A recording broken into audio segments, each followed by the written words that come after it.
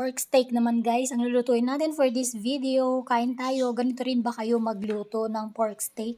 So ako'y nag-marinate ng 6 pieces na pork chop. Tapos nilagyan ko ng toyo, ng garlic at saka onion yung white. At saka maraming paminta yung crack lang.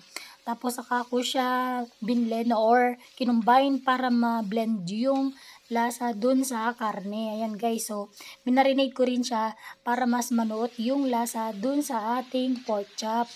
Tapos kunting prito or sangkot siya magkabilaan yan para mas manuot yung lasa dun sa karne.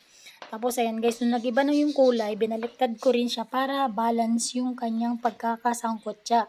Saka ako nilagyan ng bawang at saka sibuyas ulit dun sa gitna. So parang yan na yung pinakagisa niya.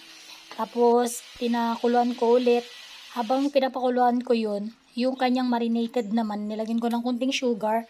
Tapos binuhos ko yung sabaw dyan para mas manuot yung lasa.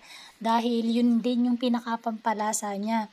So ganyan ako magluto ng pork steak guys. Binabalik-baliktad ko para parehas na manuot yung lasa dun sa laman. Ayan guys, so masarap yan kasi pinakuluan ko siya siguro mga 45 to 1 hour para mas malambot yung kanyang karne. Tapos yung last, naglagay din ako ng onion rings, yung white, para mas yummy ang aking pork steak, my version. Kain tayo guys. Salamat sa panunod lagi na aking mga video. Tapusin nyo sana lagi to hanggang sa dulo. God bless everyone. Bye!